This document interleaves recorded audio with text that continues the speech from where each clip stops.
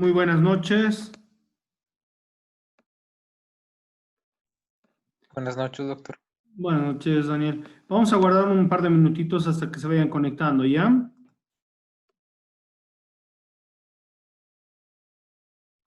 Vayan colocando sus nombres, por favor, en el chat.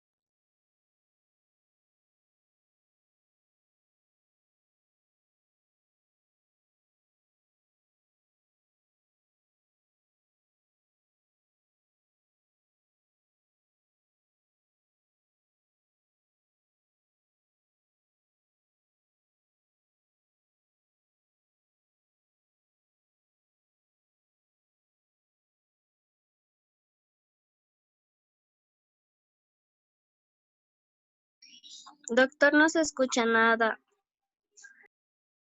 Sí, doctor, buenas noches. No hay audio, doctor. Doctor.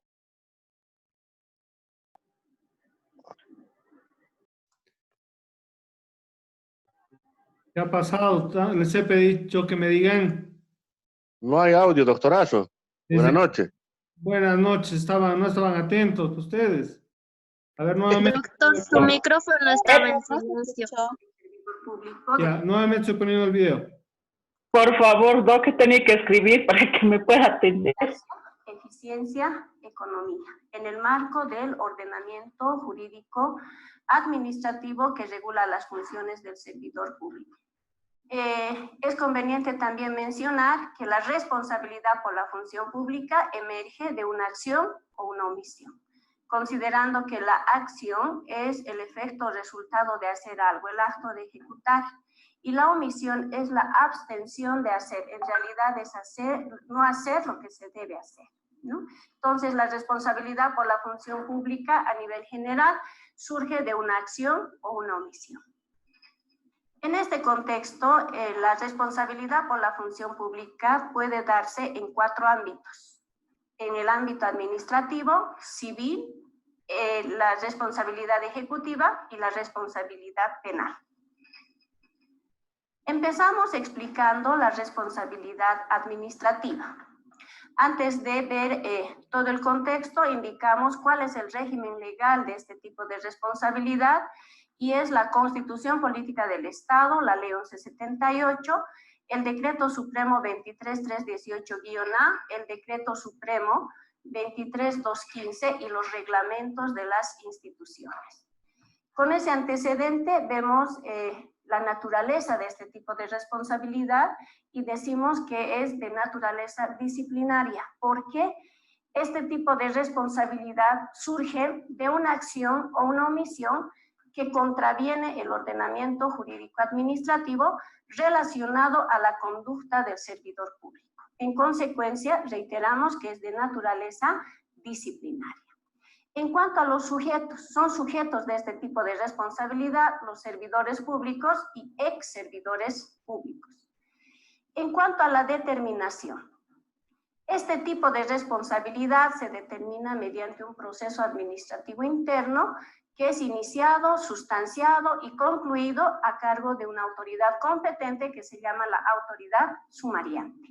Al respecto, la Ley 1178 determina que la autoridad sumariante debe ser designado la primera semana hábil de la gestión de la máxima autoridad ejecutiva mediante una resolución administrativa. Este proceso interno se sustancia de acuerdo a lo establecido en el decreto 23318-A y el decreto 23215.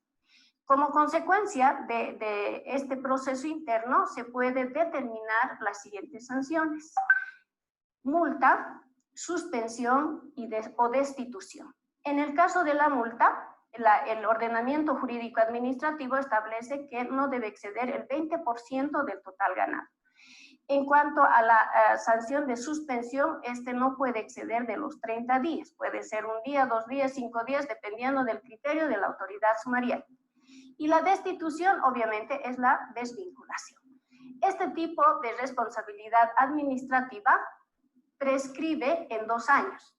Antes de hablar de este plazo perentorio, es conveniente referir qué es la prescripción. La prescripción, de acuerdo a lo establecido en el Código Civil, es una forma de liberarse de la responsabilidad por el paso del tiempo. Ahora, hemos indicado que la responsabilidad administrativa surge por la contravención al ordenamiento jurídico administrativo que regula la conducta del servidor público. Entonces, indicamos qué es el ordenamiento, a qué nos referimos hablando del ordenamiento jurídico administrativo, e indicamos que el ordenamiento es el conjunto de normas, disposiciones generales, reglamentarias, que regulan la conducta y el ejercicio de funciones de los servidores públicos. En ese contexto, en el ordenamiento jurídico administrativo tenemos normas generales y normas específicas. En las normas generales podemos mencionar la Constitución y la ley. En las disposiciones específicas, los decretos supremos, los códigos de ética y los reglamentos internos de las instituciones. ¿Cuál es el alcance de la responsabilidad ejecutiva?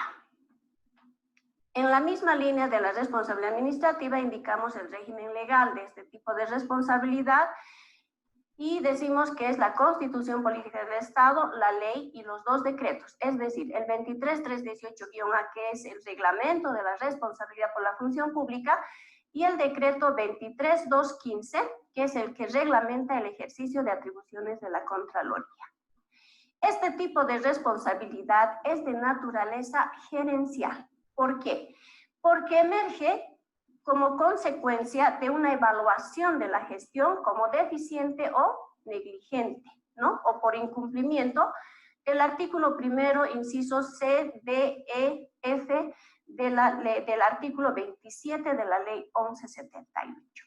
Por esta naturaleza gerencial, este tipo de responsabilidad alcanza solamente a máximas autoridades ejecutivas, directores, exdirectores, dependiendo de la estructura administrativa y la naturaleza jurídica de las entidades. ¿Cuál es el medio, el procedimiento para determinar este tipo de responsabilidad? Y es el dictamen de la auditoría, ¿no? El dictamen es un actuado administrativo conceptuado como una opinión técnico-jurídica que es emitida por el Contralor General del Estado. Es decir, la autoridad competente que emite un dictamen que determina la responsabilidad ejecutiva es el Contralor General del Estado. Por consiguiente, el procedimiento establecido para determinar la responsabilidad ejecutiva está orientado a los informes de auditoría. Una vez emitida la auditoría, los informes de auditoría y emitido el dictamen, se determina la consiguiente sanción. ¿Qué tipo de sanción puede haber en este tipo de responsabilidad? Es la suspensión o la destitución. Lo propio, si es suspensión, no debe exceder de los 30 días y la destitución es la desvinculación. Este tipo de responsabilidad también está sujeto a un régimen de prescripción. El plazo para la prescripción de la responsabilidad ejecutiva es de 2 años. ¿Cuál es la forma de computar este plazo de 2 años? Es a partir del último día de la gestión de la MAE, ¿no? Es decir, cuando concluye en sus funciones la MAE, a la conclusión de la gestión. En este tipo de responsabilidad ejecutiva es conveniente enfatizar lo siguiente. El dictamen que emite el Contralor para determinar la responsabilidad ejecutiva no reconoce ningún recurso de impugnación. Es decir, no tiene recurso ulterior, lo que quiere decir que el alcance del dictamen que emite el Contralor se cumple o se cumple. Luego entramos a la responsabilidad civil, ¿no? Que es otro tipo de responsabilidad. Para ese efecto, también mencionamos el régimen legal de este tipo de responsabilidad. Y este régimen legal está constituido por la Constitución Política del Estado, la Ley 1178, los dos decretos reglamentarios, el 23215 y el 23318-A. Además, por la especificidad de este tipo de responsabilidad, mencionamos la Ley del Procedimiento Coactivo Fiscal y la Ley del Procedimiento Civil.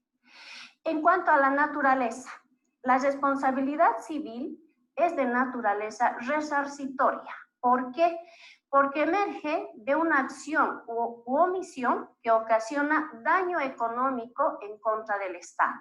Este daño económico debe ser valuable en dinero. Los sujetos, es decir, a quienes alcanza este tipo de responsabilidad, alcanza a servidores públicos, ex servidores públicos y particulares.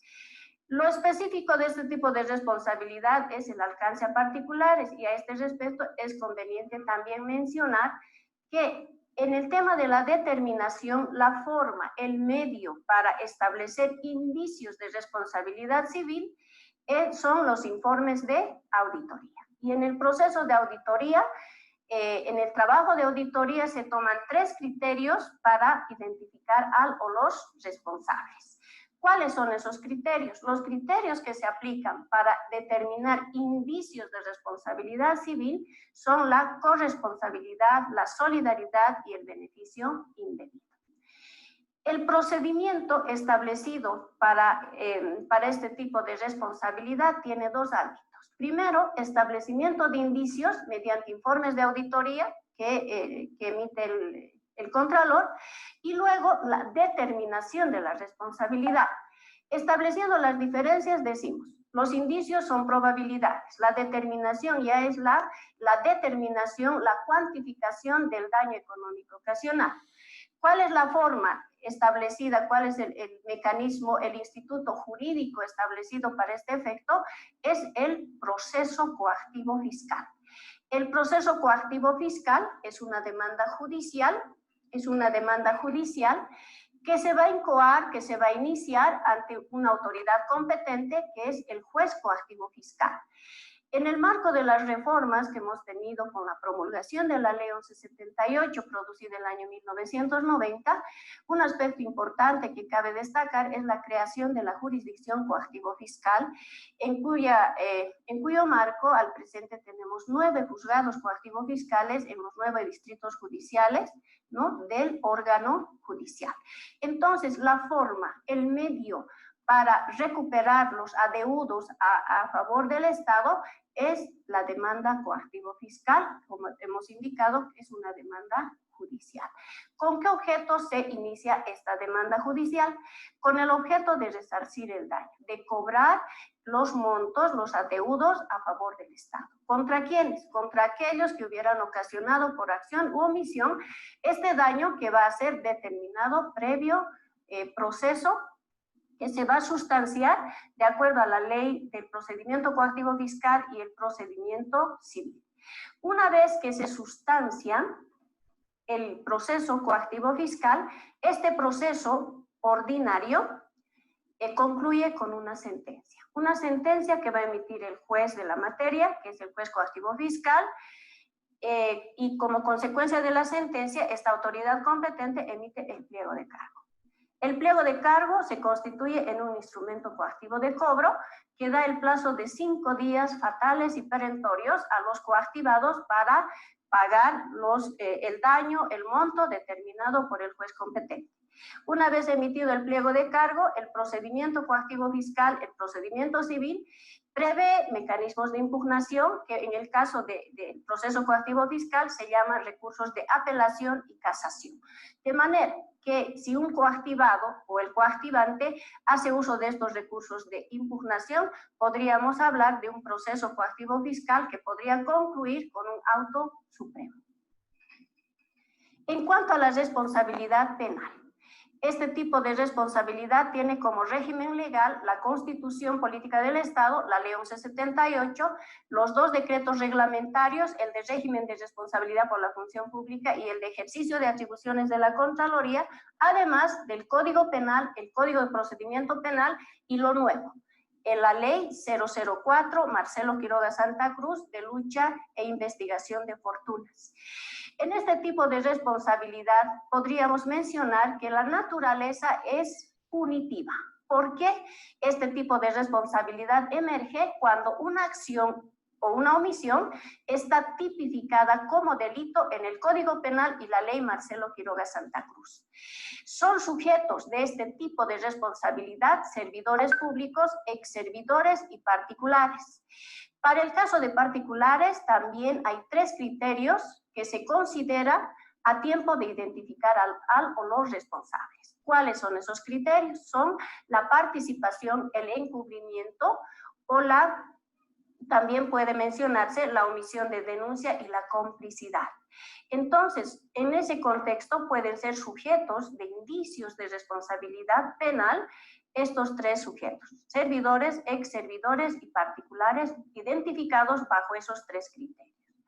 ¿Cuál es el medio, el mecanismo para determinar la responsabilidad penal? Hay 2 mecanismos. Primero, indicios de responsabilidad penal se puede dar por informes de auditoría, pero también en caso de delitos infraganti no hay necesidad de denuncia ni de dictámenes. El inicio del proceso de investigación va a ser inmediato por ante las unidades jurídicas de las entidades que van a presentar la querella en el Ministerio Público. Este procedimiento de investigación se adecua al procedimiento penal y las modificaciones establecidas en la ley Marcelo Quiroga Santa Cruz, es decir, van por la investigación, las medidas cautelares, la imputación formal, la acusación formal y el juicio oral y contradictorio que se denomina en el marco del ordenamiento jurídico penal. De manera que la autoridad competente que va a determinar la responsabilidad penal es el Tribunal de Sentencia. Como conocemos, en el marco de las reformas al ordenamiento jurídico penal, el Tribunal de Sentencia está constituido por jueces técnicos y por jueces ciudadanos. Previo juicio, se va a sustanciar un proceso penal. Como consecuencia de este proceso, basado en el debido proceso, la presunción de inocencia y otros principios que prevé el ordenamiento jurídico penal, este juicio penal va a concluir con una sentencia. Esta sentencia emite el Tribunal de Sentencia, que puede ser de dos tipos. Sentencia condenatoria en caso de que se haya comprobado la comisión del delito. Será una sentencia absolutoria si en el proceso se ha demostrado la inocencia. Y expresamente, si ese fuera el caso, la sentencia dirá que se levanta toda pena y culpa en contra del procesado por haber demostrado su inocencia.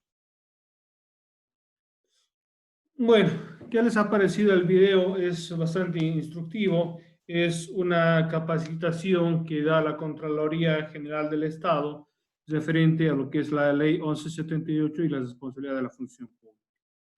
Vamos a hacer un corte, por favor estén atentos a la reconexión.